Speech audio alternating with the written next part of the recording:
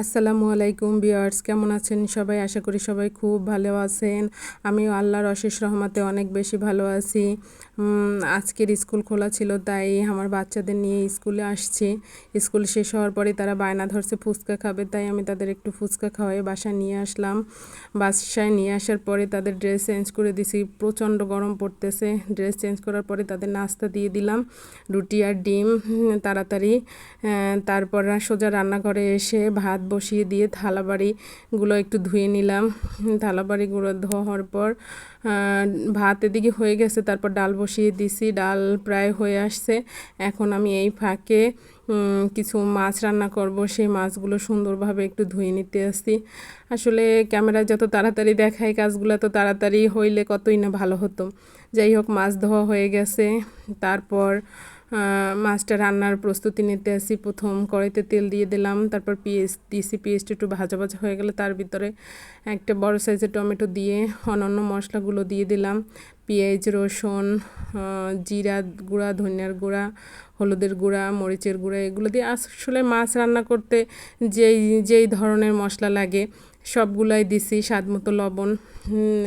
ভালো করে মশলাটা কষানো হয়ে গেলে পরিমাণ মতো পানি দিয়ে, পানিটা যখন ফুটে উঠবে তখন মাছগুলো আমি ছেড়ে দেবো। যেহেতু পাবদা মাছ নরম মাছ, এগুলো বেশি ঘাটাঘাটি করলে ভেঙে যাবে।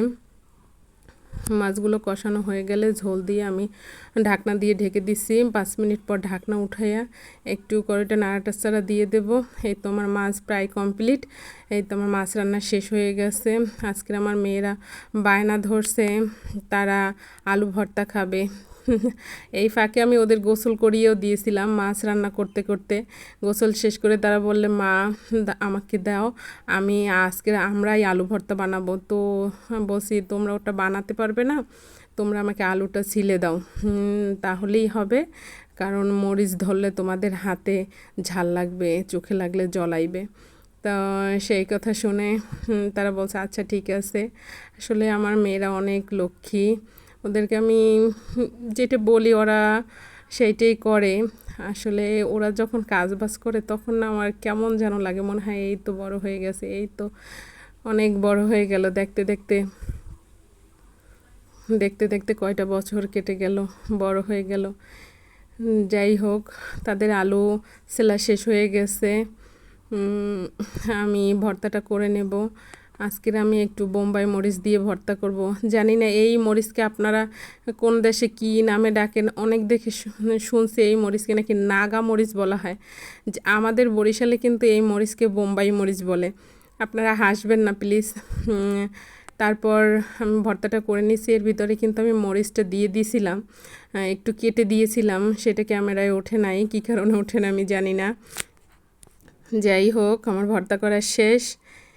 এই হলো আমার আজকের খাবার মেনু: পাবদা মাছ, মুসুর ডাল, আলু ভর্তা, আর সাথে আছে সাদা ভাত, আর সেই আমার প্রিয় বোম্বাই মরিচ।